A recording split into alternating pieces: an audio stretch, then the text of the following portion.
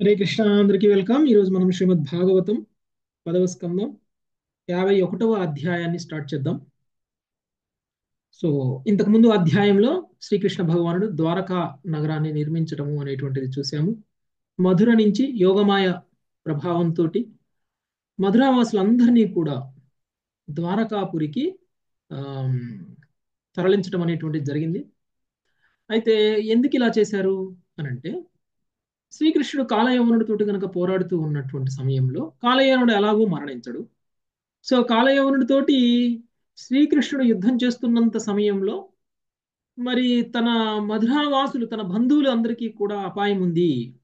ఆ, కంసుడి యొక్క మామ అయినటువంటి ఉమ్, ఆ, సైన్యం అంతా కూడా ఆ, కాలయవనునితో ఫైట్ చేస్తున్నటువంటి సమయంలో ప్రమాదం ఉంది అని చెప్పేసి ముందు తన బంధువుల్ని కాపాడుకోవాలి, తన భక్తులను కాపాడుకోవాలి, మధురావాసులందరినీ కూడా కాపాడుకోవాలి అనేటువంటి ఉద్దేశంతో ఆయన యుద్ధం విరమించిన తరువాత రాత్రికి రాత్రి యోగమాయ ఆ, సహాయంతో, యోగమాయ ప్రభావంతో ఆ, ఆయన మధురా నగరాన్ని నిర్మించడం అనేటువంటిది జరిగింది. సో మనం మధురా నగరం ఎలా ఉంది అనేటువంటి దానికి ద్వారకా నగరం కదా ప్రభుజీ. సారీ సారీ ద్వారకా నగరం. ఓకే. సో ద్వారకా నగరం ఎలా ఉంది అని చెప్పేసి మనకి డీటెయిల్డ్ గా వివరణ ఇవ్వడం అనేటువంటిది జరిగింది. ఓకే. సో మరకత మణులతోటి ఉంది. తర్వాత ఆ ఉద్యానవనాలు ఉన్నాయి. ఉమ్, ఆ, సో ఇవన్నీ కూడా మనము చూసాము. ఇప్పుడు మనకి ఇక ఆ, ఎప్పుడైతే ద్వారకా నగర నిర్మాణం జరిగిపోయిందో, ఇక ద్వారకా నగర నిర్మాణం జరిగిపోయిన తర్వాత ఆ, తెల్లవారు ఇంకా ఇంకా శ్రీకృష్ణుడు మళ్ళీ కాళయవనుడితోటి యుద్ధానికి బయలుదేరుతున్నారు. బయలుదేరేటువంటి సమయంలో ద్వారకా నగరం యొక్క రక్షణని బలదేవుడికి అప్పచెప్పి ఆయన ఒంటరిగా, ఆయన చేతిలో ఆయుధాలు లేకుండగా ఆయన కాళయవనుడితో యుద్ధం చేయడానికి బయలుదేరారు. ఓకే. సో ఇప్పుడు ముచుకుందుని యొక్క ఉద్ధారము, 51వ అధ్యాయం, ముచుకుందుని యొక్క ఉద్ధారము. సో ఈ అధ్యాయంలో ఏ విధంగా కాలయవనుణ్ణి సంహరిస్తారు అనేటువంటిది మనకి ఇందులో తెలుస్తుంది. ముచుకుందుడి గురించి కూడా వస్తుంది.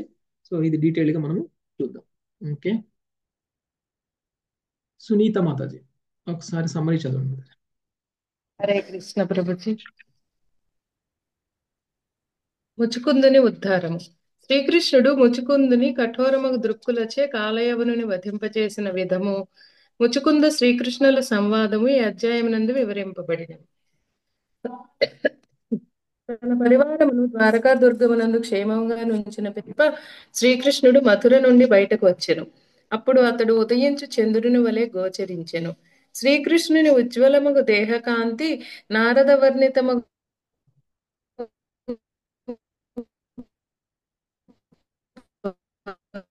భగవద్రూపముతో పోలుటను నిరాయుధునిగా నుండుటను గాంచిన కాలయవనుడు తన ఆయుధములను పడవేసి అతనితో యుద్ధము చేయగోరిన వాడే చెంతకు పరిగిడెను.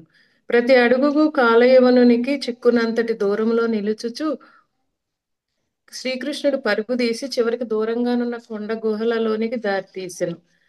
వెంట పరుగు తీయుచున్నటి కాలయవనుడు శ్రీకృష్ణుని దూషించుచుండెను. అయినను పాపకర్మ రాసి ఇంకను నశింపకపోవటచే వాడు ఆ దేవదేవుని పట్టుకొన జాలకపోయెను. శ్రీకృష్ణుడు కొండ గుహ యందు ప్రవేశించగా అతనిని అనుసరించిన కాలయవనుడు దానిలో నేలపై నిద్రించుచున్నట్టు ఒక వ్యక్తిని గాంచెను. అతనిని కృష్ణునిగా భావించి వాడు కాలితో తన్నెను.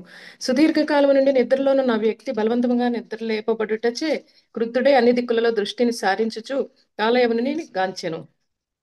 ఆ వ్యక్తి కఠోరమగు దృష్టితో అతనిని వీక్షించగా ఆ యవనుని దేహమునందు అగ్ని ప్రజ్వరిల్లి వాడు క్షణములో భస్మమయ్యెను.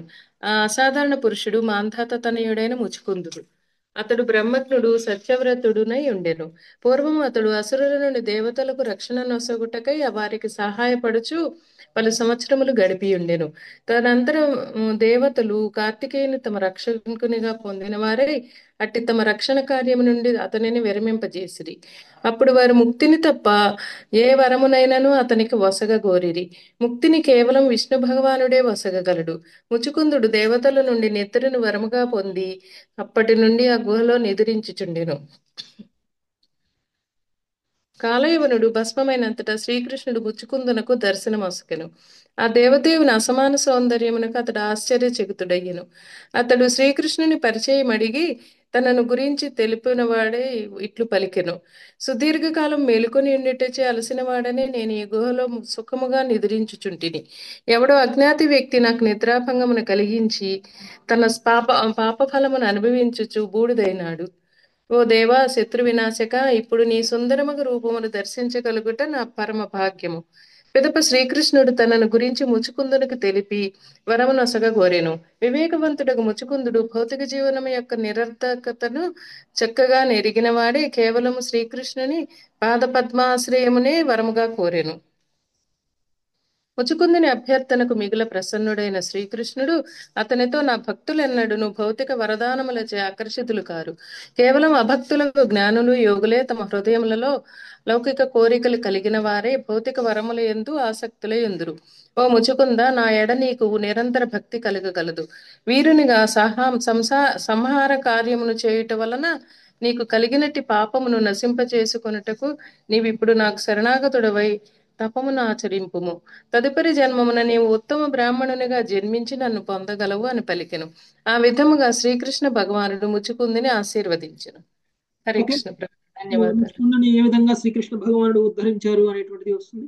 తర్వాత ముచుకుందుడి సహాయంతో ఈ అసుర సంహారం ఎలా చేశారు అనేటువంటిది కూడా మనము ఈరోజు చూద్దాం. ఓకే, సో 1వ శ్లోకం నుంచి 6వ శ్లోకం వరకు ఉషశ్రీ మాతాజీ. శ్రీ శుకౌవాచ श्रीशुक उवाच తం విలోక్య వినిష్క్రాంతం ఉజ్జిహానమివోడుపం तं विलोक्य विनिष्क्रान्तम् उज्जिहानामिवोडुपम् దర్శనీయతమం శ్యామం పీతకౌశేయవాససం दर्शनीयतमं श्यामं पीतकौशेयवासनम् శ్రీవత్సవక్ష సంభ్రాజత్ కౌస్తుభాముక్తకంధరం श्रीवत्सवक्षसम्राज कौस्तुभ मुक्तकन्दरम् మృదుదీర్ఘచతుర్బాహుం నవకంజారుణేక్షణం ऋतुदीर्घचतुर्बाहुं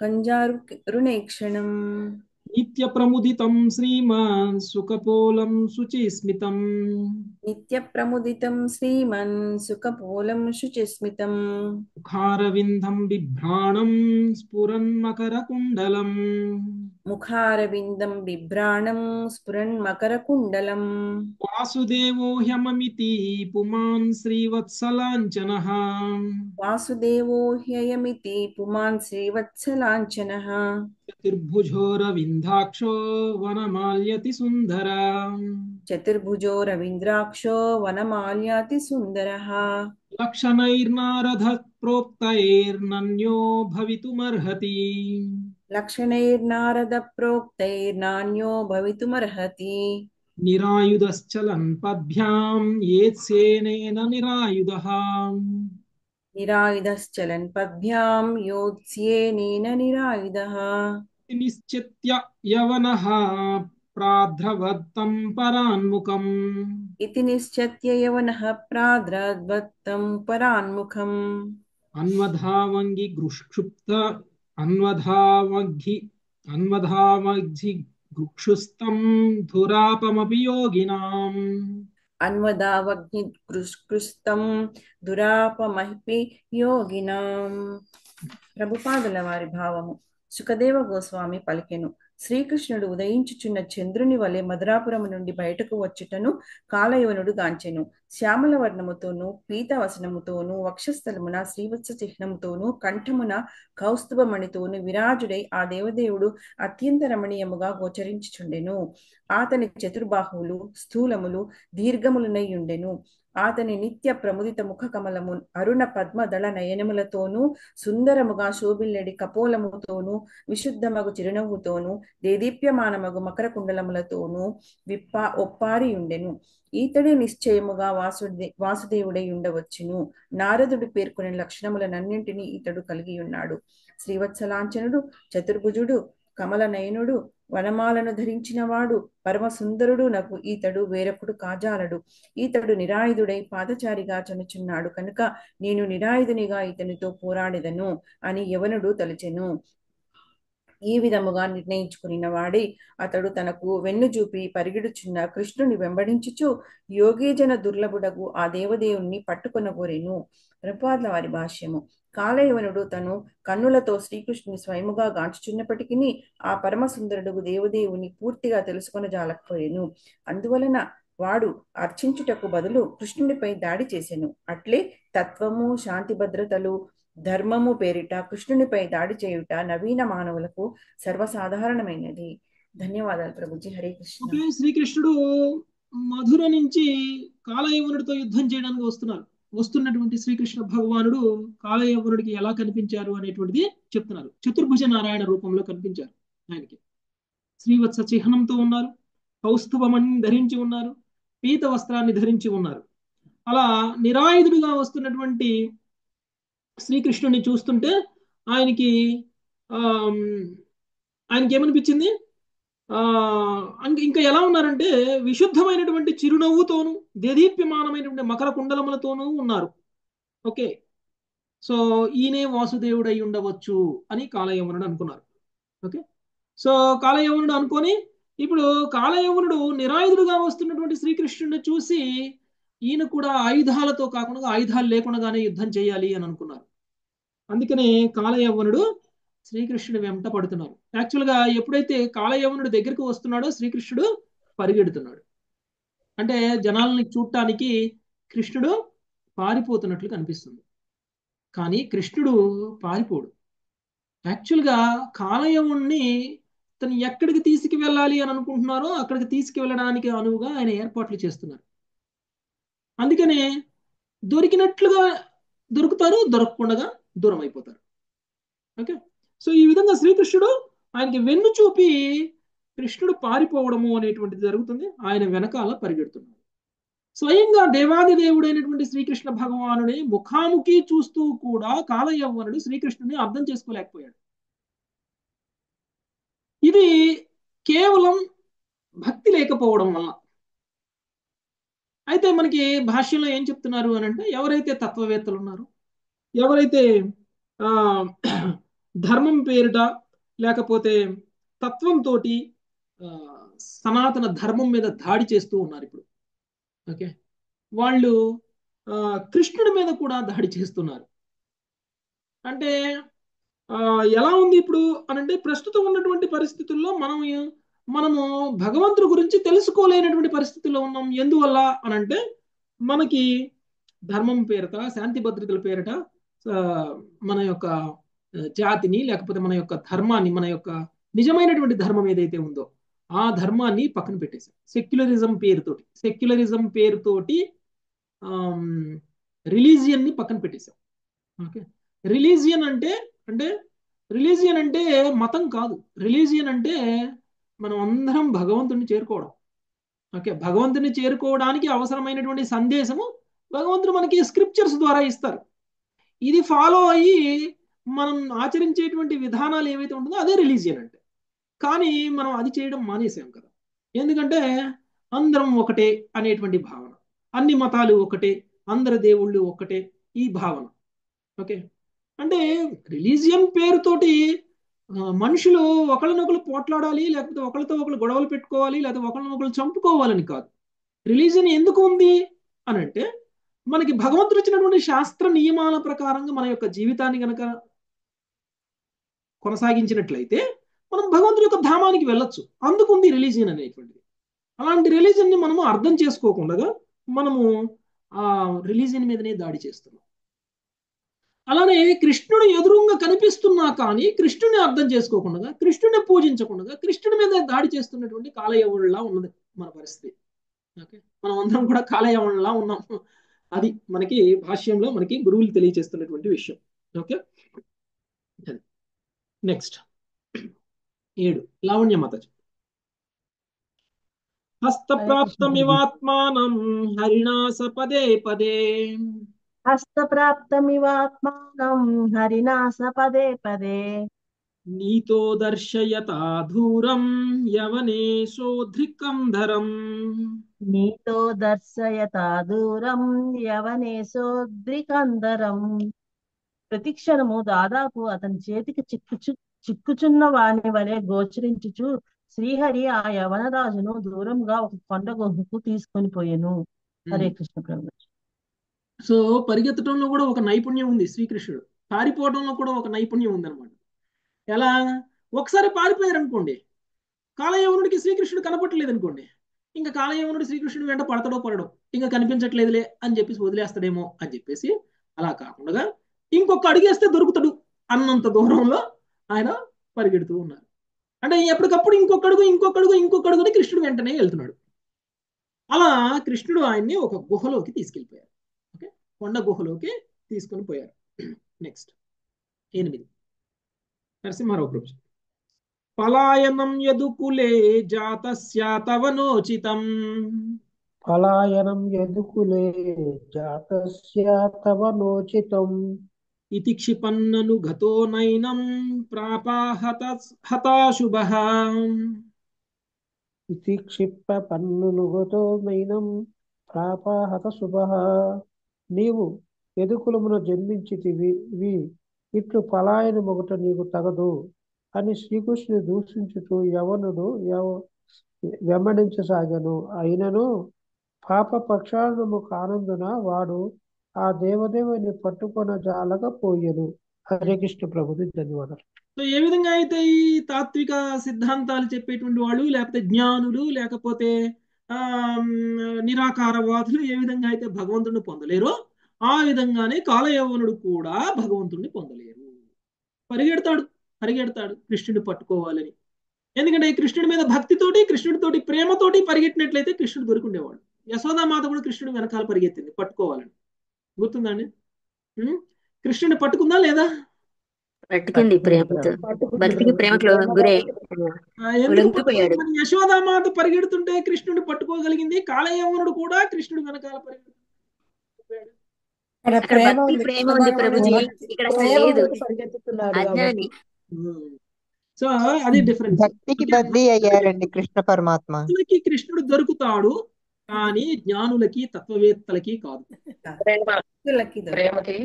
జ్ఞానులు తత్వవేత్తలు ముఖాముఖి చూడగలుగుతారేమో కృష్ణుడిని, కానీ కృష్ణుడిని పొందలేరు. కృష్ణుడు వాళ్ళకి దొరకరు. కృష్ణుడు యశోదామాత ఎంత పరిగెత్తినా దొరకపోయి ఉండేవాళ్ళు, కానీ కృష్ణుడే దొరకాలనుకున్నారు, అందుకనే దొరికిపోయారు. అంటే తన భక్తులకి కృష్ణుడు దొరికిపోతాడు, లొంగిపోతాడు. ఓకే, అందుకనే కాలయవనుడికి దొరకలేదు. దగ్గరే ఉన్నట్లు అనిపిస్తుంది, ఇంకొక అడిగేస్తే దొరుకుతాడు అనిపిస్తుంది, కానీ దొరకట్లేదు. అందుకని కాలయవనుడు కృష్ణుడిని నిందిస్తున్నాడు.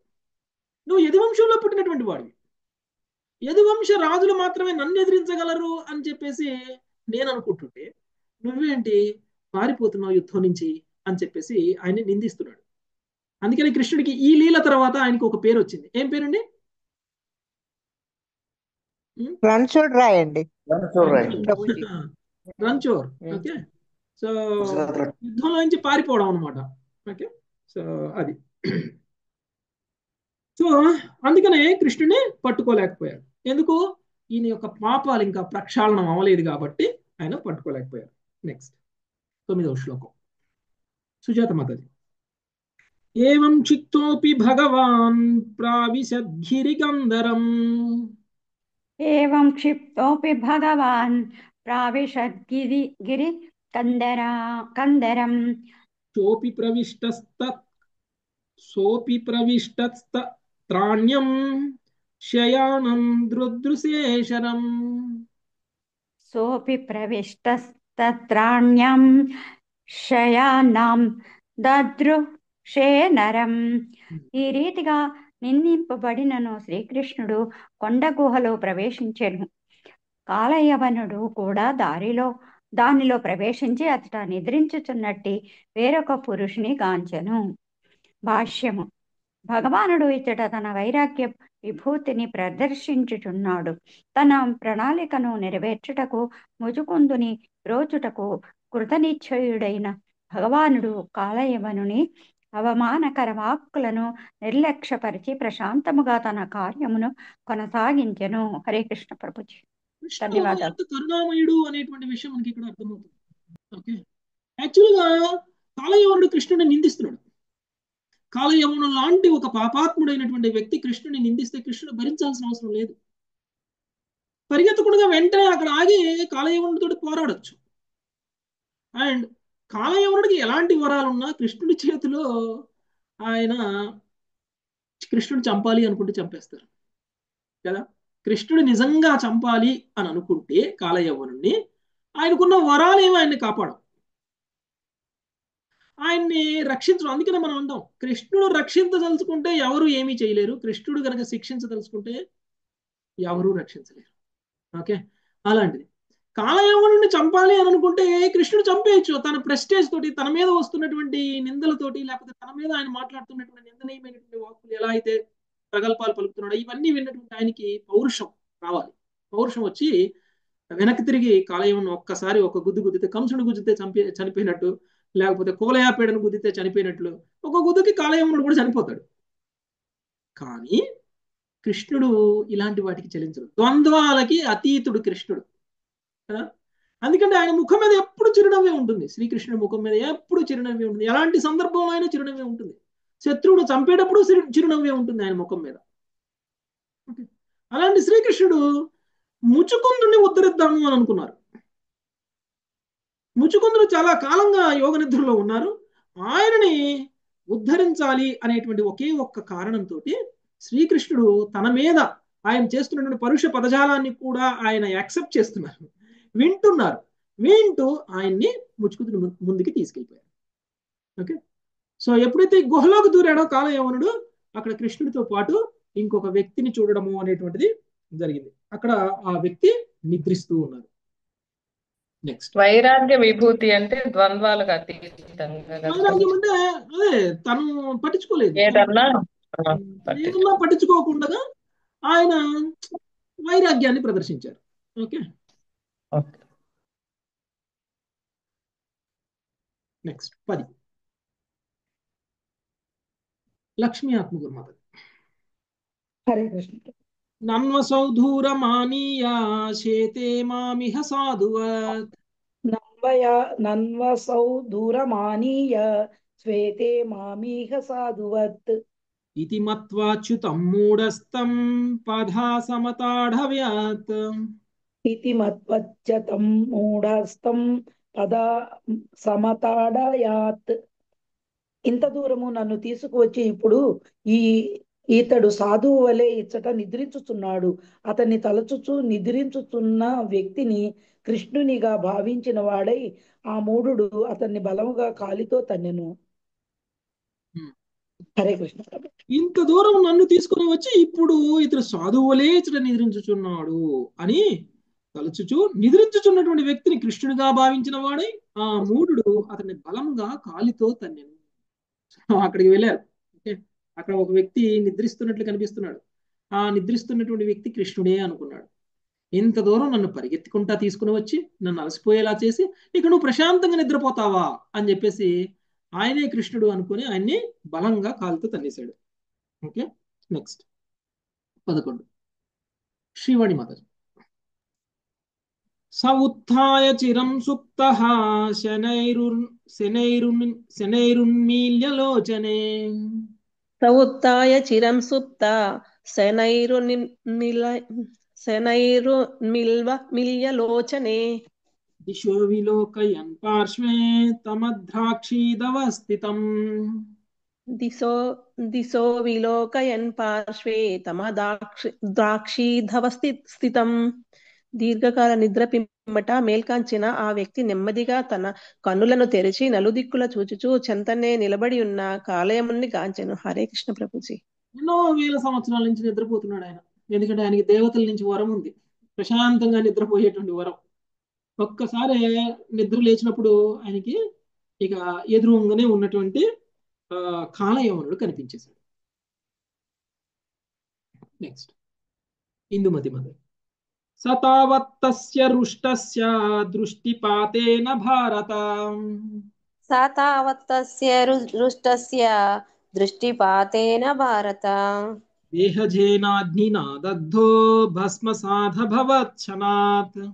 దేహజేనాగ్నినా దగ్ధో భస్మసాదభవత్క్షణాత్. క్రుద్ధుడై ఉన్న ఆ వ్యక్తి చూపు కాలయవనుపై పడగా వాని దేహము నుండి అగ్ని ప్రజ్వరిల్లెను. పరీక్షణ్ మహారాజా దానితో క్షణములో కాలయవనుని దేహము దగ్ధమై బూడిదగా మారెను. భాష్యము. తన దృష్టిచే కాలయవనుని భస్మము కావించిన వ్యక్తి నామము ముచికుందుడు. దేవతల పక్షమున అతడు సుదీర్ఘకాలము పోరాడి ఎటువంటి భంగము లేకుండా నిద్రపోయేడు వరమును పొందెను. ఈ విషయమును అతడు శ్రీకృష్ణునకు వివరింపనున్నాడు. తనకు నిద్రాభంగము కలిగించేడు వ్యక్తిని నశింపజేయగల వరమును కూడా అతడు పొందినట్లు హరివంశము వివరించినది. ఈ విషయమును విశ్వనాథ చక్రవర్తి ఠాకూర్లు శ్రీహరివంశం నుండి ఇట్లు తెలిపిరి. ప్రసుప్తం బోధయేద్యో మాం తం దహేయమాహం సురః చక్షుషా క్రోధ దీప్తేన ఏవమాహ పునః పునః. ఓ దేవతలారా, క్రోధాగ్నితో నిండిన కన్నులతో నేను నిద్ర నుండి నన్ను మేల్కొల్పెడి వానిని భస్మమనర్చదను గాక అని ముచికుందుడు పదే పదే పలికెను. ఇంద్రుని భయపెట్టుటకే ముచికుందుడు ఇటు దూషిత వరమును అడిగినని శ్రీల విశ్వనాథ చక్రవర్తి ఠాకూర్లు వివరించిరి. లేనిచో శత్రువులతో పోరాడుటకు అతడు పదే పదే తనను అర్థించగలడని ముచికుందుడు తలచెను. అతని అభ్యర్థనకు ఇంద్రుని సమ్మతి శ్రీ విష్ణు పురాణం నందు ఇట్లు వివరించబడినది. ప్రోక్తచ్చ దేవై సంసుప్తం యస్త్వాముత్తాపయిష్యతి దేహాజేనాగ్నినా సజ్జః సతు భస్మీకరిష్యతి. నిన్ను మేల్కొల్పెడు వాడు తన దేహము నుండి పుట్టిన అగ్నిచే శీఘ్రమే భస్మము కాగలడు అని దేవతలు ప్రకటించారు. హరే కృష్ణ ప్రభుజీ. ఓకే. సో ఈ వ్యక్తి ఎవరైతే ఈ వ్యక్తి నిద్రపోతున్నాడో కృష్ణుడు అనుకోని ఈ యొక్క కాలయవనుడు కాలుతో గట్టిగా తనడం అనేటువంటిది జరిగింది. అందువలన ఆ నిద్రిస్తున్నటువంటి వ్యక్తి నిద్ర లేచేశారు. నిద్ర లేచి కాలయవనుడి వైపు చూడగానే కాలయవనుడు వెంటనే భస్మం అయిపోయారు, బూడిదిగా మారిపోయారు. ఎందుకు ఇలా జరిగింది అనేటువంటిది భాష్యంలో మనకు తెలియజేస్తున్నారు. ఆ వ్యక్తి ఎవరో కాదు, ముచుకుందుడు. ముచుకుందుడు దేవతల కోసం అనంత కాలం పాటు యుద్ధం చేయడం వల్ల దేవతల ద్వారా వరం పొందారు. ఆ వరం ప్రకారంగా ఆయన నిద్రించేటువంటి వరం అంటే ఇంకొక వరాన్ని కూడా పొందారు. ఎవరైతే నన్ను నిద్ర నుంచి మేల్కొల్పుతారో వాళ్ళు నా దృష్టి పడడం వల్ల వాళ్ళు భస్మం అయిపోతారు, నా శరీరం నుంచి వచ్చినటువంటి అగ్నితోటి వాళ్ళు భస్మం అయిపోతారు అని చెప్పేసి కూడా వరం తీసుకున్నారు. ఎందుకు ఇలా తీసుకున్నారు అని అంటే, చాలా కాలం నుంచి యుద్ధం చేయడం వల్ల ఆయన అలసిపోయారు, రెస్ట్ తీసుకోవాలి అని అనుకున్నారు. ఆయన రెస్ట్ తీసుకోవడానికి ఉపక్రమించగానే మళ్ళీ ఇంద్రుడు వచ్చి మళ్ళీ దేవతల సైన్యం కోసం యుద్ధం చెయ్యి అని ఎక్కడ అడుగుతారు అని చెప్పేసి మళ్ళీ ఇంద్రుడు కూడా కానీ ఎవరైనా సరే మళ్ళీ నన్ను యుద్ధం కోసం లేపకుండా ఉండాలి అని చెప్పేసి ఆయన నన్ను ఎవరు లేపకుండా ఉండేలాగా వరం తీసుకున్నారు ఆయన. ఓకే. ఇప్పుడు ఎవరైనా లేపాలి అంటే ముచుకుందుడి శరీరం మీద నుంచి వచ్చినటువంటి మంటలతోటి వాళ్ళు భస్మం అయిపోతారు కాబట్టి ఎవరు లేపరు, ఎవరు నిద్ర లేపరు. అందుకని ఆయన అలాంటి వరం తీసుకున్నారు. ఇంద్రుడి నుంచి రక్షించుకోవడం కోసమే ఆయన అలాంటి వరం తీసుకున్నారు. ఇంద్రుడు కూడా ఆయన వరానికి ఒప్పుకున్నట్లు మనకి విష్ణు పురాణంలో తెలియజేసినటువంటి శ్లోకం ప్రకారంగా దేవతలందరూ కూడా ముచుకుందుడికి అలాంటి వరం ఇవ్వడానికి అంగీకరించారు అని చెప్పేసి తెలియజేయడం జరిగింది. ఇప్పుడు ముచుకుందుడు ఎవరు, ఎందుకు ఇలా జరిగింది అని చెప్పేసి ఇప్పుడు పరీక్షణ్ మహారాజ్కి డౌట్ వస్తుంది. ఆ డౌట్ గురించి ఇప్పుడు నెక్స్ట్ పరీక్షణ్ మహారాజు అడుగుతున్నారు. నెక్స్ట్ 13వ శ్లోకం. రామారావు ప్రభుజీ. శ్రీరాజోవాచ ఓ నామ సపుమాన్ బ్రహ్మాన్ కస్య కిం వీర్య ఏవ చ. ఓ నామ సపుమాన్ బ్రహ్మన్ కస్య కిం వీర్య ఏవ చ. తస్మాత్ గుహం గత శిష్యే కిం తేజో యవనార్దనః. తస్మాత్ గుహాం గతః శిష్యే కిం తేజో యవనార్దన. హరే కృష్ణ. మహారాజు అడిగాను, ఓ బ్రాహ్మణ, ఆ పురుషుడు ఎవడు? అతడు నీ వంశము చెందినవాడు. అతని ప్రభావం ఏమిటి? ఎవరిని వర్ణించిన అతడు గుహలో ఎందులకు శయనించి ఉండెను? అతడు ఎవరి పుత్రుడు? హరే కృష్ణ ప్రభుజీ. ఇప్పుడు దాకా ఆయన పేరు చెప్పలేదు, మనకంటే ఆచార్యులు చెప్పేశారు ఆయన ఎవరో కాదు ముచుకుందుడు అని చెప్పేసి.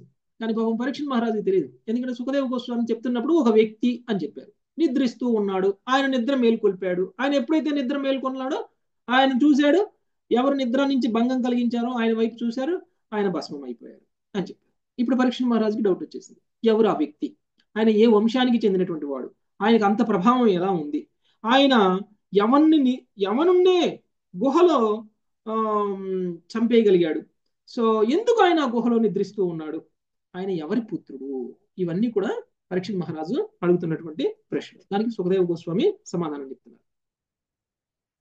సునీత మాతాజీ. సైక్ష్వాకులే జాతో మాంధాతృతనయో మహాన్. శ్రీసుక ఉవాచ సైక్ష్వాకుకులే జాతో మాంధాతృతనయో మహాన్. ముచుకుంద ఇతి ఖ్యాతో బ్రాహ్మణ్య సత్య సంగరః.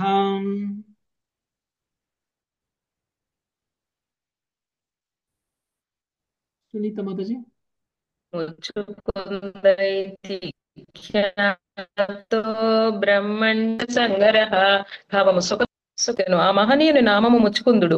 ఇక్ష్వాకు వంశమున జన్మించిన అతడు మాంధాత తనయుడు.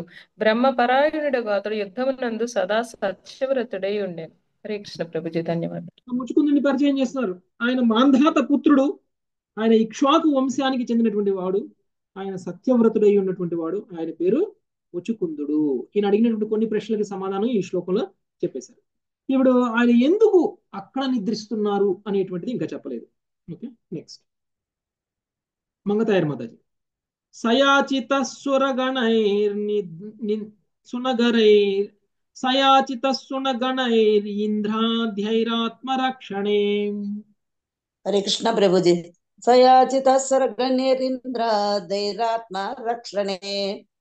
అసురేభ్య పరిత్రస్తైస్తద్రక్షాం శోకరోచిరం. అసురేభ్యః పరిత్రస్త్రద్రక్షాం శోకరోచిరం. ప్రభుపాదుల భావము. దానవులచే పీడితులైన ఇంద్రాది దేవతలు తమ రక్షణకు సహాయపడినని అర్థించగా చిరకాలం అతడు వారిని రక్షించాను. హరే కృష్ణ. సో ఇక్ష్వాకు వంశానికి చెందినటువంటి మాంధాత యొక్క పుత్రుడైనటువంటి ఈ యొక్క ముచుకుందుడు యుద్ధ నైపుణ్యాన్ని కలిగి ఉన్నటువంటి వాడు. అందుకనే ఇంతకు ముందు శ్లోకంలో యుద్ధమునందు సదా సత్యవ్రతుడై ఉండెను అనేటువంటి విషయాన్ని చెప్పారు. అయితే ఇప్పుడు ఈయన సహాయంతో దేవతలందరూ కూడా రక్షింపబడ్డారు. సో చిరకాలం పాటు దానవులతో పీడింపబడుతున్నటువంటి దేవతలని రక్షించడం కోసం ఈయన వాళ్ళ తరపున యుద్ధం చేశారు. Okay, next Sirisha Mataji. లబ్ధ్వా గుహంతే స్వపాలం ముచుకుందం మదా బ్రువన్. లబ్ధ్వా గుహం తే స్వపాలం ముచుకుందామదా బ్రువన్. రాజన్ విరమతాం కృచ్ఛాద్ భవాన్నః పరిపాలనాత్. రాజన్ విరమతాం కృచ్ఛాద్ భవాన్న పరిపాలనాత్. కార్తికేయుని తమ సేనాపతిగా పొందిన పిదప దేవతలు ముచుకుందునితో, రాజా, మమ్ము రక్షించడి కష్టము నుండి నీవిక విరమింపవచ్చును అని పలికిరి. Hare Krishna Prabhuji, thank you. ఎప్పుడైతే శివుడి యొక్క పుత్రుడైనటువంటి కార్తికేయుడిని దేవతల సేనాధిపతిగా చేసుకున్నారో, ఇక మాకు రక్షణ ఇంకా నీ నుంచి అవసరం లేదు, నువ్వు ఇప్పుడు మా రక్షణ బాధ్యత నుంచి విరమించవచ్చు అంటే ఆయనకి రెస్ట్ ఇచ్చేశారు. ఓకే, మాకు ఇప్పుడు కార్తికేయుడు సహాయం చేస్తారు అని చెప్పారు. నెక్స్ట్ 17వ శ్లోకం శేషరత్నం మాతాజీ. నరలోకం పరిత్యజ్య రాజ్యం నిహత కంటకం. నరలోకం పరిత్యజ్య రాజ్యం నిహత కంటకం. అస్మాన్ పాలయతో వీరా కామాస్తే సర్వవుగ్గితా. అస్మాన్ పాలయతో వీరా కామాస్తే సర్వవుజ్జితాః. ఓ వీరుడా, నరలోకమున నిష్కంఠమగు రాజ్యమును త్యజించి మమ్ము రక్షించుటలో నెలకొని వాడివై సర్వ కోరికలను విడిచితివి. హరే కృష్ణ ప్రభుజీ, దండోపాధ్యాయ. నరలోకమున నిష్కంఠమగు రాజ్యమును త్యజించి మమ్ము రక్షించుటలో నెలకొని వాడై సర్వ కోరికలను విడిచితివి. యాక్చువల్ గా రక్షిస్తాను అనేటువంటి వాగ్దానం చేశాడు కాబట్టి తన సుఖాన్ని కూడా వదిలేశారు, తన రాజ్యాన్ని కూడా వదిలేశారు, దేవతల రక్షణకి కట్టుబడి ఉన్నారు ఇంతకాలం ముచుకుందుడు. సో ఇది వాళ్ళందరికీ కూడా చాలా గొప్పగా అనిపించింది. అందుకని ఆయన్ని వీరుడా అని పిలుస్తున్నారు. ఓకే, నీ సొంత సుఖాలని కోరికల్ని అన్ని కూడా మా రక్షణ కోసం త్యజించేశావు అని ఇంద్రుడు అంటున్నారు. నెక్స్ట్ నాగలక్ష్మి మాత. సుతా మహిష్యో భవతో జ్ఞాతయో మాత్యమంద్రిణః. సుతా మహిష్యో భవతో జ్ఞాతయో మాత్యమంత్రిణః ప్రజాశ్చాతుల్యకాలీనా నాధునా సంతి సకాలితా. ప్రజాచతుల్యకాలీనా నాదునా సంతి కాలితః. పుత్రులు, రాణులు, బంధువులు, అమాత్యులు, మంత్రులు, ప్రజలు మున్నగు నీ సమకాలీనులందరూ ఇప్పుడు జీవించలేరు. వారందరూ కాలంలో గతించిపోయారు. హరే కృష్ణ ప్రభు. ఈయన దేవతలను రక్షిస్తూ దేవతాలోకాల్లో ఉన్నారు కాబట్టి మత్స్యలోకంలో ఉన్నటువంటి వాళ్ళ యొక్క సమయము, దేవతాలోకాల్లో ఉన్నటువంటి వాళ్ళ సమయము వేరువేరుగా ఉంటుంది. ఓకే, సో మనకి ఒక సంవత్సరం అంటే వాళ్ళకి ఒక రోజు. సో అక్కడ వాళ్ళకు 100 రోజులు అయిందంటే ఇక్కడ 100 సంవత్సరాలు అయిపోయినట్టు. సో ఆయన 100 రోజులు అక్కడ ఉండి వచ్చే లోపల ఇక్కడ ఈయన తరం మొత్తం అంతరించిపోయింది. ఇంకో 100 రోజులు ఉంటే సెకండ్ జనరేషన్ పోయినట్టు, ఇంకో 100 రోజులు ఉంటే థర్డ్ జనరేషన్ కూడా పోయినట్టే. అంటే ఒక సంవత్సరం పాటు కనుక ఆయన దేవతాలోకాల్లో ఉండి దేవతలను కనుక రక్షిస్తూ ఉన్నట్లయితే ఆయన 3 తరాలు చనిపోతాయి, 3 తరాలు అంతరించిపోతాయి. ఓకే, ఇప్పుడు అదే చెప్తున్నారు దేవతలు. ఓకే, నీ పుత్రులు, రాణులు, బంధువులు, అమాత్యులు, మంత్రులు, ప్రజలు మునగు నీ సమకాలీనులు అందరూ ఇప్పుడు జీవించలేరు. వాళ్ళందరూ కూడా కాలగతిలో గతించిపోయారు, ఎవరు బ్రతికిలేరు వాళ్ళు అని చెప్తారు. నెక్స్ట్ 19 సర్వరాజ్య లక్ష్మీ మాతాజీ.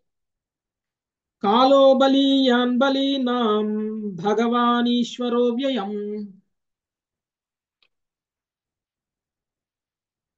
19వ శ్లోకం. ప్రణామం ప్రభుజీ. హరే కృష్ణ. కాలో బలీయాన్ బలీనాం భగవానీశ్వరో వ్యయః. ప్రజాకాలయతే క్రీడన్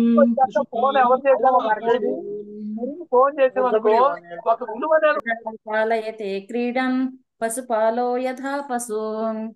హరే కృష్ణ ప్రభుజీ. బలవంతులలో మిగులు బలమైనదగు అవ్యయ కాలము సాక్షాత్తుగా భగవత్ స్వరూపమే. పశువుల కాపరి తన పశువులను తోలినట్లుగా ఆ కాల స్వరూపుడు లీలగా ప్రాణులను నడుపుచుండను. భాష్యం. ప్రకృతిని కొల్లగొట్టుటకు యత్నించడి కలుషిత జీవులను క్రమంగా సరిదిద్దుటకే ఈ జగత్తు సృజింపబడినది.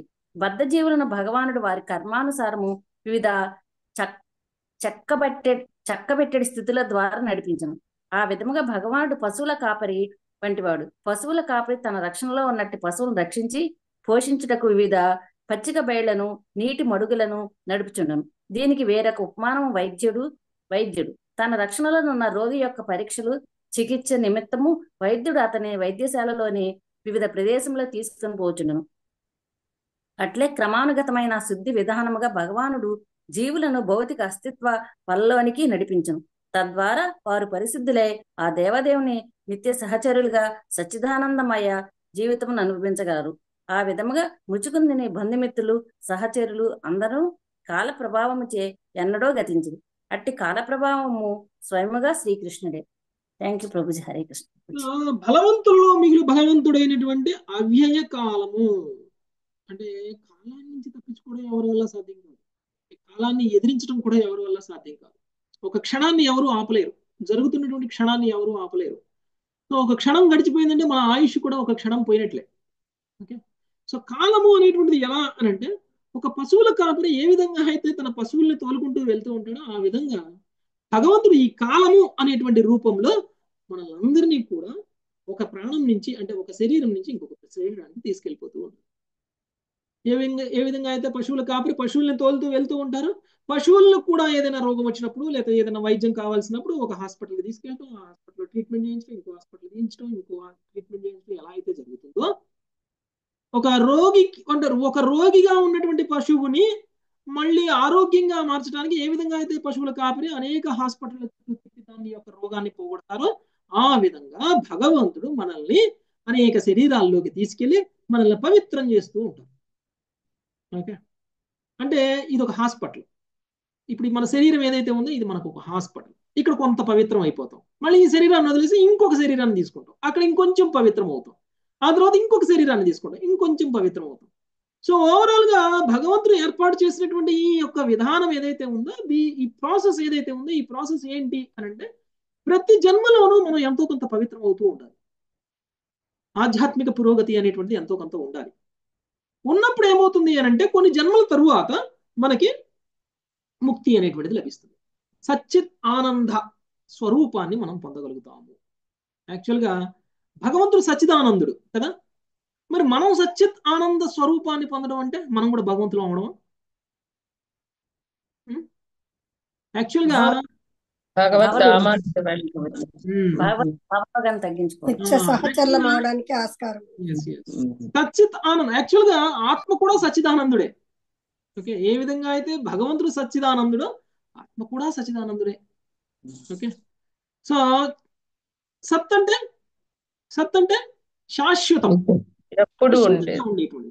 సో ఆత్మ కూడా శాశ్వతం, భగవంతుడు కూడా శాశ్వతం కదా.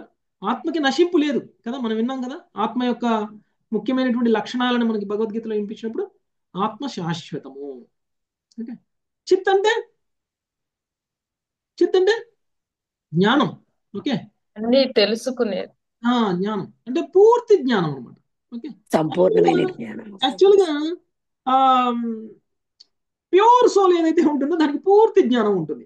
ఓకే, ప్యూర్ సోల్ అంటే ఈ భౌతికంగా కంటామినేషన్ లో ఉన్నటువంటి ఆత్మ గురించి మాట్లాడలేదు. ఎందుకంటే ఈ ఆత్మ యాక్చువల్గా నిజంగా ప్యూర్, కానీ ఇది ఈ భౌతికమైనటువంటి శరీరంలో ఉండడం వల్ల భౌతిక కల్మషాలు అంటున్నాయి. ఎప్పుడైతే మనం ఈ కల్మషాలన్నింటినీ తీసేస్తామో అప్పుడు ఆత్మ పూర్తి జ్ఞానంలో ఉన్నట్లు. ఓకే, నిజమైనటువంటి స్వరూపం ఆత్మ యొక్క స్వరూపంలో కూడా ఆ చిత్ అనేది ఉంటుంది. మరి ఆనందం అంటే సో ఎప్పుడైతే ఈ స్వరూపం తెలుసుకుంటామో, మన స్వరూపం తెలుసుకుని భగవంతుడితోటి ఉన్నటువంటి సంబంధాన్ని తెలుసుకుంటామో అప్పుడు ఉండేటువంటి నిజమైనటువంటి ఆనందం ఏదైతే ఉంటుందో అది శాశ్వతమైనటువంటి ఆనందం. ఇప్పుడు మన శరీరంతో మనం పొందేటువంటి ఆనందం ఏదైతే ఉందో అది ఏది కూడా శాశ్వతమైనటువంటి ఆనందం కాదు. కానీ భౌతిక శరీరాన్ని కనుక మనం తీసుకున్నాం అనుకోండి, భౌతిక శరీరం సచ్చిత్ ఆనందానికి ఆపోజిట్ అన్నమాట. యాక్చువల్గా ఆత్మ సత్ అయితే భౌతిక శరీరం ఏంటి? అసత్. ఓకే, ఆత్మ చిత్ అయితే భౌతిక శరీరం ఏంటి? అజ్ఞానం. యాక్చువల్గా ఎందుకంటే మనం శరీరం శాశ్వతం అని అనుకుంటున్నాము, శరీరానికి సంబంధించిన అన్ని కూడా మనవి అని అనుకుంటున్నాము. యాక్చువల్గా శరీరమే శాశ్వతం కాదు, శరీరం నశించిపోతుంది. శరీరం శాశ్వతం అనుకోవడం, శరీరంతో మనకు కలిగించేటువంటి భావనలు ఇవన్నీ శాశ్వతం అని అనుకోవడం కూడా ఇదంతా కూడా అజ్ఞానం. నిజానికి ఈ శరీరం అంతా కూడా భౌతికమైనటువంటి మూలకాలతో తయారు చేయబడినటువంటిది, పంచేంద్రియాలతో తయారు చేయబడినటువంటిది. ఇందులో అన్ని కెమికల్సే ఉన్నాయి. ఓకే, ఇందులో కార్బన్ ఉంది, ఇందులో నైట్రోజన్ ఉంది ఈ శరీరంలో, ఇందులో అన్ని రకాల కెమికల్ కంపోజిషన్స్ అన్ని ఇందులో ఉన్నాయి. ఈ కెమికల్ కంపోజిషన్లు అన్ని అమ్ముకుంటే 50-60 రూపాయలు వస్తాయి ఈ శరీరంతో. ఓకే, సో ఇలాంటి దాన్ని మనం ఏమనుకున్నాం? జ్ఞానం అనుకుంటున్నాం. ఓకే, ఈ కళ్ళ గురించి తెలుసుకోవడం జ్ఞానం, ఈ చెవుల గురించి తెలుసుకోవడం జ్ఞానం, ఈ ముక్కు గురించి తెలుసుకోవడం జ్ఞానం, నోరు గురించి తెలుసుకోవడం జ్ఞానం అనుకుంటున్నాం. అందుకనే ఒక్కొక్కరు ఒక్కొక్క రకమైనటువంటి ఎండీలు చేస్తున్నారు కదా. ఒకళ్ళు ముక్కుకు సంబంధించినటువంటి శాస్త్రం మీద వాళ్ళు ఎండీలు చేస్తారు, వాళ్ళకి దానికి సంబంధించినటువంటి స్పెషలిస్టులు అయిపోతారు. ఇది జ్ఞానం అని అనుకుంటున్నాం, కానీ ఇది కాదు జ్ఞానం. ఓకే, జ్ఞానం అంటే శాశ్వతమైన దాని గురించి తెలుసుకోవడం, అశాశ్వతమైనటువంటి దాని గురించి తెలుసుకోవడం కాదు. మళ్ళీ ఈ శరీరంతో మనకి ఎప్పుడైనా ఏం ఆనందం కలుగుతుంది చెప్పండి? ఏది ఆనందం? ఇప్పుడు మనకున్న అందము శాశ్వతం కాదు, మనకున్నటువంటి జ్ఞానము శాశ్వతం కాదు, మనకున్నటువంటి చైతన్యము శాశ్వతం కాదు, మనకున్నటువంటి ఈ ఆరోగ్యము శాశ్వతం కాదు కదా. మనం ఎప్పుడు ఇలానే యవనంగా ఉంటామా? ఉండము. సో 10 సంవత్సరాల తర్వాత చూస్తే మళ్ళీ మారిపోతాం. సో అలాంటి మనము ఈ శరీరంతో మనం అనేక రకాలైనటువంటి కష్టాలను కొని తెచ్చుకుంటున్నాం. ఎందుకు? ఇంద్రియ భోగం చేస్తున్నాం కాబట్టి. నోటికి నచ్చిన రుచిని తినాలి అని చెప్పేసి ఏది పడితే అది తినేస్తాం. తిన్న వెంటనే మనకి అజీర్తి ప్రాబ్లం, లేకపోతే ఇంకేదో ప్రాబ్లం. ఓకే, షుగర్ ప్రాబ్లం, లేకపోతే ఇంకేదో ప్రాబ్లం, అన్ని రకాల ప్రాబ్లమ్స్ వస్తాయి. తినకూడనివన్నీ తినడం వల్ల మనకు వచ్చేటువంటి ప్రాబ్లం, వినకూడనివన్నీ వినడం వల్ల మనకు వచ్చేటువంటి ప్రాబ్లం, చూడకూడనివన్నీ చూడడం వల్ల మనకు వచ్చేటువంటి ప్రాబ్లం. అంటే ఈ శరీరంతో మనకి వస్తున్నటువంటి అన్ని కూడా ఆనందమా దుఃఖమా? దుఃఖమే ప్రభుజీ, అశాశ్వతము దుఃఖము. ఓ క్షణకాలం పాటు ఆనందం వస్తుంది. ఆ క్షణకాలం ఆనందం కోసం మనం చేసినటువంటి పని వల్ల దీర్ఘకాలం పాటు మనం దుఃఖాన్ని అనుభవిస్తాం. ఓకే, అంటే శరీరంతో మనకు వచ్చేటువంటిది దుఃఖం కానీ ఆనందం కాదు. అందుకనే సచ్చిత్ ఆనందానికి ఆపోజిట్ శరీరం అనమాట. ఓకే, ఆత్మ సచ్చిత్ ఆనందం అయితే శరీరం అసత్తు, అజ్ఞానము, బాధలు. ఉల్టా. కానీ మనం ఉల్టాని మనం నిజంగా సచ్చిదానందం అనుకుంటాం. ఈ శరీరాన్ని మనం సచ్చిదానందం అనుకుంటాం. ఓకే, సో ఆ విధంగా మనకి భగవంతుడు మనకి ఈ యొక్క జీవుణ్ణి ఇలాంటి అశాశ్వతమైనటువంటి శరీరాల్లోకి పంపిస్తున్నారు. ఎందుకు పంపిస్తున్నారు? కారణం మన యొక్క కోరిక మేరకు మనమే ప్రభుజీ. కోరుకుంటున్నాం మనమే మన భౌతికమైన కోరికల కోసం. ట్రీట్మెంట్. సో ఏ విధంగా అయితే పశువులు కాసుకునేవాడు జంతువులని పశువులని హాస్పిటల్ తీసుకెళ్లి ట్రీట్మెంట్ చేపిస్తాడో ఆ విధంగా భగవంతుడు మనల్ని ఒక్కొక్క శరీరంలో పడేసి ట్రీట్మెంట్ చేస్తున్నాడు. ఓకే, ట్రీట్మెంట్ చేస్తున్నాడు అంటే మనం ఈ శరీరంలోకి వచ్చిన తర్వాత కొంచెం ప్రాపర్గా ట్రీట్మెంట్ జరిగింది ఇంతకు ముందు ఉన్న శరీరంలో కంటే కూడా. ఇంక నెక్స్ట్ శరీరానికి వెళ్ళినప్పుడు ఇంకా ప్రాపర్గా ట్రీట్మెంట్ జరిగింది. ఇక 2-3 శరీరాలు తీసుకున్నాం అనుకోండి, 100% ట్రీట్మెంట్ అయిపోయి క్యూర్ అయిపోతాం. అప్పుడు మనం ఏమైపోతాం? సచ్చిత్ ఆనందం అయిపోతాం. ఓకే, సో అప్పుడు దాకా జన్మలు కావాలి ప్రభుజీ. కొంతమంది ఉన్నారు కావాలంటే వాళ్ళు, కొంతమంది నాలాంటి వాళ్ళు ఇంకొన్ని జన్మలు పట్టుతుంది. అయ్యో ప్రభుజీ, మీరు ప్రభుజీ మీరే అంటే మేమెలా మీరంటే మేము ఎట్లా ఉండాలి ప్రభుజీ? మేమెలా ఏ స్టేజ్ మనం గుర్తుంచుకోవాల్సింది ఏంటంటే మనం ఈ శరీరంలోకి వచ్చింది ట్రీట్మెంట్ కోసం, అది గుర్తుంచుకోవాలి. కొంతమందికి లాంగ్ ట్రీట్మెంట్ ఉంటుంది, ట్రీట్మెంట్ చేయించుకొని క్యూర్ అవ్వడానికి వచ్చాం, అన్ని రోగాలు క్లియర్ చేసుకోవడానికి. ప్రాబ్లం ని బట్టి అది మర్చిపోయి ఎంజాయ్మెంట్ చేసేసాం అనుకోండి, ట్రీట్మెంట్ వదిలేసి ఏమవుతుంది? ఇంకా రోగం ఎదిరిపోతుంది. అందుకని ట్రీట్మెంట్ చేసుకునే వాళ్ళు ఏం చేస్తారు? పచ్చం చేస్తారు. పచ్చం చేస్తారు. పచ్చం చేయకుండా ట్రీట్మెంట్ పాటిస్తున్నాం, నియమ నిబంధనలు పాటిస్తున్నాం. ఔషధాలను వేసుకోవాలి, అప్పుడే ట్రీట్మెంట్ జరిగింది. అలా పచ్చం చేయకుండా ఔషధాలను వేసుకోకుండానే ట్రీట్మెంట్ జరగాలి, పవిత్రం అయిపోవాలి అంటే అది సాధ్యం కాదు. అందుకని ఆ పచ్చమే ఏంటి? మనం చేసేటువంటి ఏకాదశి వ్రతాలు, లేకపోతే నియమ నిబంధనలు ఫాలో అవడం. ఓకే, ఔషధాలు ఏంటి? శ్రవణము. హరే హరే హరే హరే రామ రామ హరే రామ రామ రామ హరే హరే. ఔషధం. ఓకే, ఇది మనకి ఇంజెక్షన్. ఓకే, ఇలాంటి ఔషధం తీసుకోవాలా, పచ్చం చేయాలి. ఈ రెండు చేయకుండా మనం మల్టీవిటమిన్ ఇంజెక్షన్ ప్రభుజీ సెలైన్ లో పెట్టి ఇస్తే కనుక ఎలా ఇన్స్టాంట్ గా ఎనర్జీ వస్తుందో ఆ ఇంజెక్షన్ వల్ల ఓన్లీ శరీరమే అంటే మన భక్తికి ప్రభుజీ రోజు కొంచెం మెడిసిన్ ఇస్తున్నారు ప్రభుజీ, భక్తికి అంటే అలా మీరు మాకు మెడిసిన్ ఇస్తున్నారు ప్రభుజీ. డోస్ ప్రభుజీ.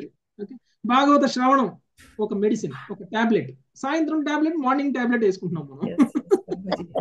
చిన్న టాబ్లెట్ వేసుకుంటున్నాం. ఓకే, సాయంత్రం ఒక టాబ్లెట్ వేసుకుంటున్నాం, మార్నింగ్ ఒక టాబ్లెట్ వేసుకుంటున్నాం, వారానికి ఒకసారి పత్యం చేస్తున్నాం, 15 రోజులకు ఒకసారి పత్యం చేస్తున్నాం. సో మనం చాలా బాగుంది ప్రభుజీ, ఇది చాలా బాగుంది. సిస్టమాటిక్ గా టాబ్లెట్స్ మేము శుద్ధిగా లేకపోతున్నాం తొందరగా. ఈ ఒక్క శ్లోకంతో మనం మన రోగం అలాంటిది, ఎలా మన రోగం ముదిరిపోయింది.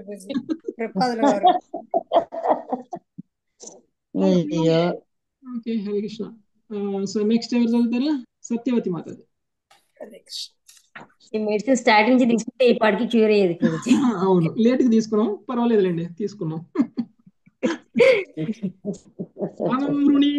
భద్రంతే రుతే కైవల్య మధ్యనః. పరం ఋషీష్వ భద్రంతే రుతే కైవల్య మధ్యనః. ఏక ఏవేశ్వరస్తస్య భగవాన్ విష్ణురవ్యయః. ఏక ఏవేశ్వరస్తస్య భగవాన్ విష్ణురవ్యయః. నీకు శుభమగు గాక. కేవలము అవ్యయుడగు విష్ణు భగవానుడే ముక్తినొసగలవాడు కనుక నీవిప్పుడు మోక్షం తప్ప వేరెట్టి వరంనైనను మమ్ము అడుగుము. వీళ్ళు వరం ఇవ్వడానికి సిద్ధంగా ఉన్నారు దేవతలు. ఎందుకంటే ముచుకుందుడు చేసినటువంటి సేవ అలాంటిది. ఓకే, తన సుఖాన్ని వదిలేసుకున్నారు, తన బంధుమిత్రులను వదిలేసుకున్నారు, తన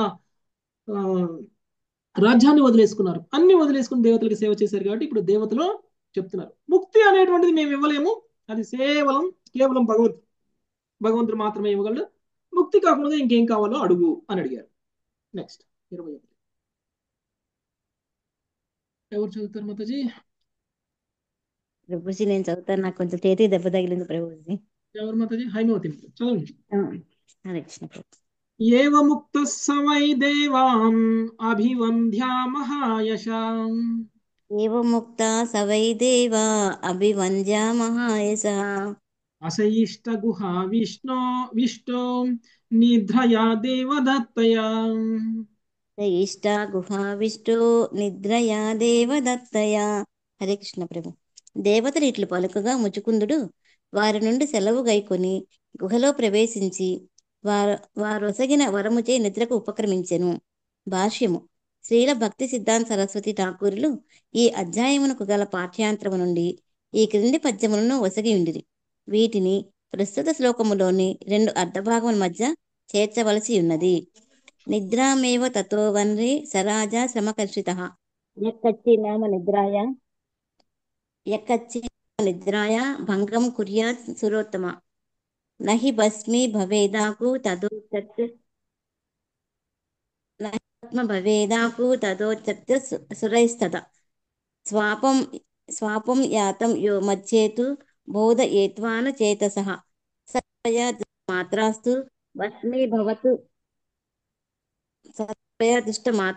భస్మీ భవతు తక్షణాత్. శ్రమచే అలసిన రాజు అంతటా నిద్రను వరముగా కోరుకొని దేవతలతో, సురోత్తములారా, నాకు నిద్రాభంగం కలిగించిన వ్యక్తి ఎవడైనను శీఘ్రమే భస్మవుగాక అని పలికెను. దానికి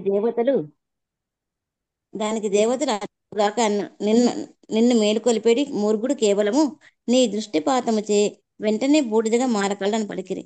థ్యాంక్ యూ ప్రభుజీ. మధ్యాహ్నం పడ్డాను ప్రభుజీ, బాగా చెయ్యి రైట్ హ్యాండ్ కొంచెం బాగా దెబ్బ తగిలింది. అయ్యో. Thank you Prabhuji. Hare Krishna. Okay, so దేవతలు ఆయన అడిగినటువంటి వరాన్ని ఇచ్చేశారు. ఓకే, సో నీకు ముక్తి తప్ప ఏం కావాలంటే అది కోరుకో అని అన్నారు. ఆయన ఏం కోరుకున్నారు? బాగా అలసిపోయి ఉన్నారు, ఇంతకాలం పాటు యుద్ధం చేసి ఉన్నారు, తన జనరేషన్ మొత్తం కూలిపోయేంత సమయం వాళ్ళు యుద్ధం చేసి ఉన్నారు. కాబట్టి ఆయన నాకు రెస్ట్ కావాలి, నన్ను ఎవ్వరూ డిస్టర్బ్ చేయకుండా ఉండే విధంగా నాకు నిద్రనివ్వండి, నన్ను ఎవరైతే డిస్టర్బ్ చేస్తారో, నిద్రలోంచి మేలు కొలుపుతారో వాళ్ళు భస్మం అయిపోవాలి. ఓకే, అంటే ఇంకా ఆయనకి డిస్టర్బెన్స్ లేకుండా నిద్ర కావాలనుకున్నారు, అందుకనే అలాంటి వరాన్ని అడిగారు. దేవతలు కూడా అలాంటి వరాన్ని ఇచ్చేశారు. ఓకే, నెక్స్ట్ 22వ శ్లోకం సత్యవతి మాత చదవండి. యవనే భస్మ సాన్నీతే భగవాన్ సాత్వతర్షభః యవనే భస్మ సాన్నీతే భగవాన్ సాత్వతర్షభః ఆత్మానం దర్శయామాస ముచుకుందాయ ధీమతే. ఆత్మానం దర్శయామాస ముచుకుందాయ ధీమతే. ఎవరును భస్మమైన పిమ్మట సాత్వత శ్రేష్ఠుడగు శ్రీకృష్ణుడు తన స్వరూపమగు ధీమంతుడగు ముచుకుందనకు చూపెను. హరే కృష్ణ ప్రభుజీ. ఓకే, సో ఇప్పుడు శ్రీకృష్ణుడు తన స్వరూపాన్ని ముచుకుందుడికి చూపారు. అంటే నేనే భగవంతుణ్ణి అనేటువంటి విషయం ఆయనకి తెలియడం కోసం. సో ఈ విధంగా నిద్రపోతున్నటువంటి ముచుకుందుడు వలన కాలయవనుడు మరణించడం అనేటువంటి జరిగింది. ఆ తర్వాత అక్కడ కృష్ణుడు ఉన్నాడు, కృష్ణుణ్ణి ముచుకుందుడు చూశారు. ఓకే, సో ముచుకుందుడికి కృష్ణుడు ఎలా కనిపించారు అనేటువంటి విషయం నెక్స్ట్ శ్లోకం నుంచి మనకు వస్తుంది. సో మళ్ళీ కృష్ణుడి యొక్క వర్ణన ఉంటుంది. ఆ తర్వాత ముచుకుందుడు ఏ విధంగా మాట్లాడతారు, ముచుకుందుని ఏ విధంగా శ్రీకృష్ణుడు ఉద్ధరిస్తారు అనేటువంటి విషయం మనము రేపు చూద్దాం. Thank you very much. వాంఛాకల్పతరుభ్యశ్చ కృపా సింధుభ్య ఏవ చ పతితానాం పావనేభ్యో వైష్ణవేభ్యో నమో నమః. హరే కృష్ణ కృష్ణ హరే హరే రామ రామ రామ హరే హరే. ఎవరికైనా ప్రశ్న ఉంటే